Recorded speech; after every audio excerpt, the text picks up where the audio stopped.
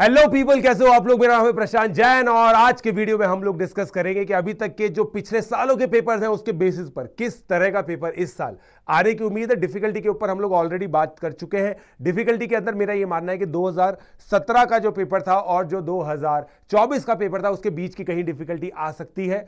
इतना डिफिकल्ट नहीं आएगा पेपर जितना पॉसिबली 2018 या 19 में आया था। अब मैं पहली बात तो कोई जादुई बातें नहीं करने वाला हूं। मैं कुछ ऐसे क्वेश्चन नहीं बताऊंगा आप लोगों की जो आ सकते हैं। ऐसी जादुई बातें ओलंपियाड वगैरह में नहीं चलती है, जेईई में भी नहीं चलती, मेरा तो मानना है किसी में भी नहीं चलती है।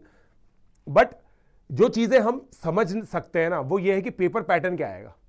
ठीक है, जैसे यार हमें ये तो पता ही है ना कि 30 क्वेश्चन आएंगे, हमें ये तो पता ही है 10 क्वेश्चन 2 नंबर के आएंगे, 10 क्वेश्चन 3 नंबर के आएंगे, 10 5 नंबर के आएंगे। तो यही सब चीजें हम यहां पे डिस्कस करेंगे और ये भी बात करेंगे कि कौन से टॉपिक से कितने आ सकते हैं बेस्ड ऑन प्रीवियस ईयर्स। तो यार उससे पहले ना प्लीज, जो एक डिस्क्रिप्शन में 3 फॉर्म्स अवेलेबल है उनको एक बार नजर मार लो। एक है फ्री आरएमओ वर्कशॉप। पिछले साल हम लोगों ने जो भी बच्चे आईयूकेएम क्वालिफाई किए थे उन सबके लिए फ्री आरएमओ वर्कशॉप की थी। तो आप लोग इस साल भी उसका बेनिफिट उठा सकते हैं। उसके अंदर एसपीएस सर खुद पढ़ाते हैं, मेरे भी लेक्चर्स होते हैं, तो वो आप लोग देख लीजिए जो भी बच्चे आईयूकेएम क्वालिफाई करेंगे। बट ऑब्वियसली वो डिटेल्स हमारे पास होनी चाहिए ताकि हम आपका रिजल्ट वेरीफाई कर सके और आपको आरएमओ का एक्सेस दे सके। दूसरा, अगले जो 2 टेस्ट हैं दोस्तों एआईएमटी के, वो बेसिकली वो टेस्ट है जो मैंने बनाए थे 2019-20 के अंदर जब मेरी बुक आ रही थी ना। तो और मेरे स्टूडेंट है उसने बनाए थे, मतलब हम दोनों ने मिलकर के बनाए थे वो पेपर्स। तो वो पेपर मैं अगले 2 कराने वाला हूँ। काफ़ी रेलेवेंट पेपर है, काफ़ी अच्छे पेपर्स हैं, उनको आप अटेम्प्ट कीजिएगा। तीसरी चीज़, अभी तक अगर आप लोगों ने पेपर दे दी है ना तो एक सिलेक्शन प्रेडिक्टर है उसके बेसिस पर आप पता कर लीजिए कि आपका, अगर जो आपके मार्क्स है ना उसके बेसिस पर आप चेक कर लीजिए कि आपका सिलेक्शन होता या नहीं होता उसमें जो दे रखा है उसके हिसाब से। ठीक है गाइस, तो आई होप आप लोगों को ये चीज क्लियर हो गई है। अब हम पेपर डिजाइन के बारे में बात कर लेते हैं। देखो, सबसे पहला जो मिथ है ना दोस्तों वो ये है कि पेपर की जो डिफिकल्टी है ना वो ऐसी रहेगी कि 21 से 30 वाले काफी टफ होंगे, 11 से 20 वाले मीडियम होंगे और 1 से 10 ईजी होंगे। ऐसा नहीं होने वाला है। आप ये मान के चलिए दोस्तों कि पेपर का जो डिफिकल्टी लेवल है ना उसमें 21 से 30 के अंदर भी आपको ऐसे क्वेश्चन मिलेंगे जो आप लोग इजीली कर पाओगे और 1 से 10 में भी ऐसा क्वेश्चन आ सकता है जो आपको फंसा दे।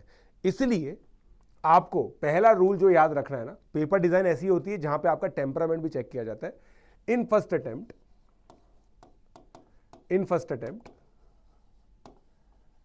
इफ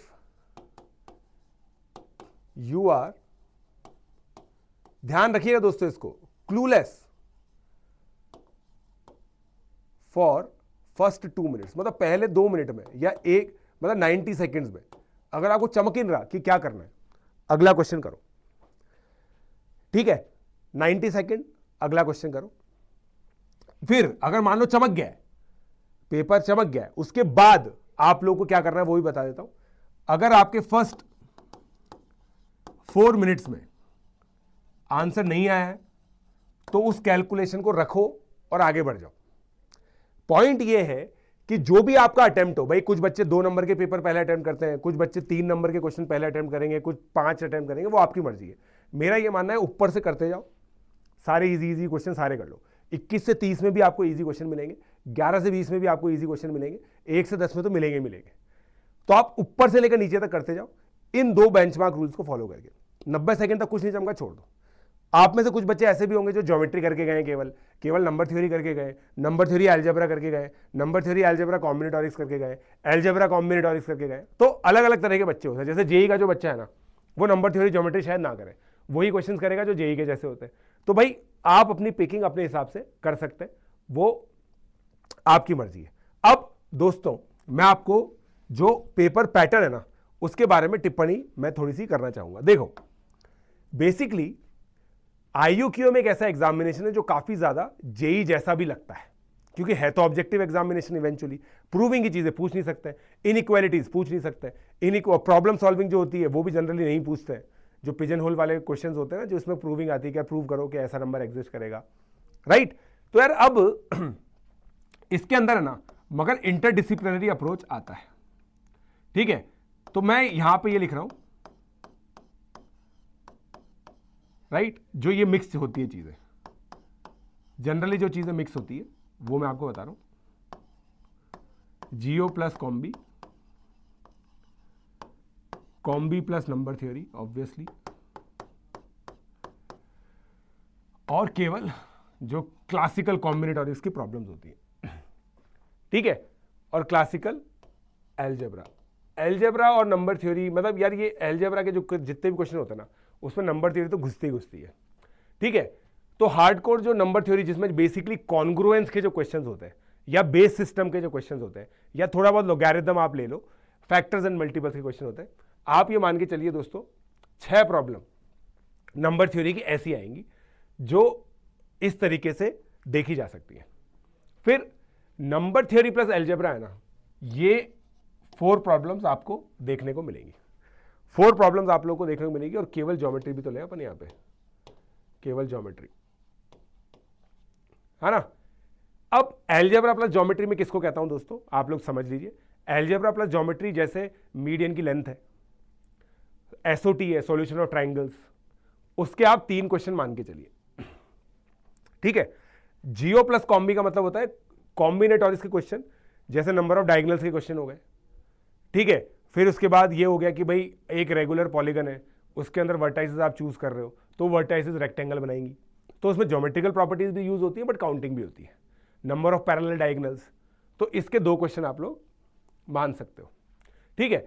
कॉम्बिनेटोरिक्स प्लस नंबर थ्योरी है ना, ये बहुत खतरनाक आता है, जिसके अंदर पार्टीशंस आते हैं, सेट आता है, फिर ऐसी चीजें जिसमें कुछ एल्जेब्राइक कंडीशन भी बनती है, मतलब मैं इसमें एल्जेब्रा भी ऐड करूंगा राइट। आप सेट वाले क्वेश्चन देखना, जो सेट होता है कि लेट एस बी दिस, एक कोई सेट दे रखा होगा, फिर उसके अंदर पूछेगा कि कितने नंबर ऐसे होंगे जो इस प्रॉपर्टी को सेटिस्फाई करेंगे, कितने नंबर ऐसे होंगे जो इस प्रॉपर्टी को सेटिस्फाई करेंगे। तो ऐसे क्वेश्चन दोस्तों आपको 3 देखने को मिलेंगे, 3 या मतलब 2 भी मिल सकते हैं, ठीक है। अब कॉम्बिनेटोरिक्स, प्योर कॉम्बिनेटोरिक्स के ना आप ये मान के चलो 4 क्वेश्चन आएंगे। जैसे पिछले साल कॉम्बिनेटोरिक्स का वेटेज काफी आया था, इसमें जो कमिटी वमिटी वाले क्वेश्चन होते हैं, जो बेसिकली जेई वाले क्वेश्चन है ना, वो मैं यहां पे गिन रहा हूं। ज्योमेट्री जो है ना दोस्तों, ज्योमेट्री का वेटेज काफी ज्यादा होता है, मैंने यहां पे ज्यादा भी लिया, मैंने इनफैक्ट है ना इसके अंदर ना थोड़ा सा ज्यादा करो आप, क्योंकि इक्वेशन सॉल्विंग में नंबर ऑफ सोल्यूशन भी यहीं पर ही आएगा, ठीक है। तो इसको आप कम से कम 5 क्वेश्चन लो, आप यहां पे 5 क्वेश्चन आएंगे, कॉम्बिनेटोरिक्स के 4 और इसके 6।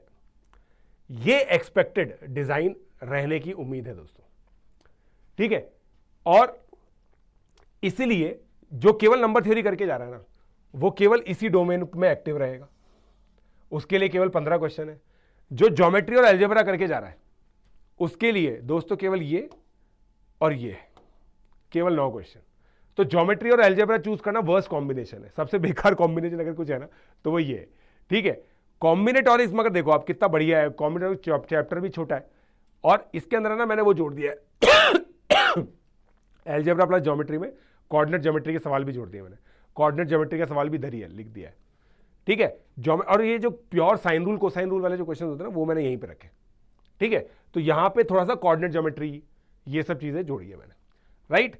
तो ये मेरे हिसाब से एक्सपेक्टेड पेपर डिजाइन है, और बाकी इसमें क्या क्या इंपॉर्टेंट टॉपिक्स आ सकते हैं उसका एक फॉलोअप वीडियो में लेकर के आऊंगा, टॉप 10 टॉपिक्स। और बाकी वेडनेसडे को दोस्तों ज्योमेट्री की मैराथन है, तो आप लोग अटेंड कीजिएगा, और बाकी सारे पेपर्स देते रहिए, हमें सपोर्ट करते रहिए इसी तरह से। 1000 सिलेक्शन इस साल हम लोगों को करने हैं, आप और हम लोग सब मिल करके इस मिशन को अकम्प्लिश करेंगे। पिछले साल के मुकाबले इस साल हम लोगों ने बहुत नए इनिशिएटिव्स लिए हैं, इस साल हम लोगों ने पूरा IUQM इंग्लिश का कोर्स खत्म किया है, सब चीज़ें आप लोगों के लिए डन है एज पर दी कमिटमेंट, राइट। कुछ भी चीज़ ऐसी नहीं है जो हमने कमिटमेंट की थी और फुलफिल ना किया। Now it is your responsibility to reciprocate. Please इस गूगल फॉर्म को सभी जगह आपके दोस्तों को भी शेयर कीजिए। आप काफ़ी सारे ऐसे लर्नर्स को जानते होंगे जिन लोगों ने अनअकैडमी के थ्रू पढ़ाई की है, बट उन्होंने ये फॉर्म शायद नहीं भरा होगा। जल्दी सब लोग भरिए ताकि साथ में हम रिजल्ट सेलिब्रेट कर सकें। Let's crack it.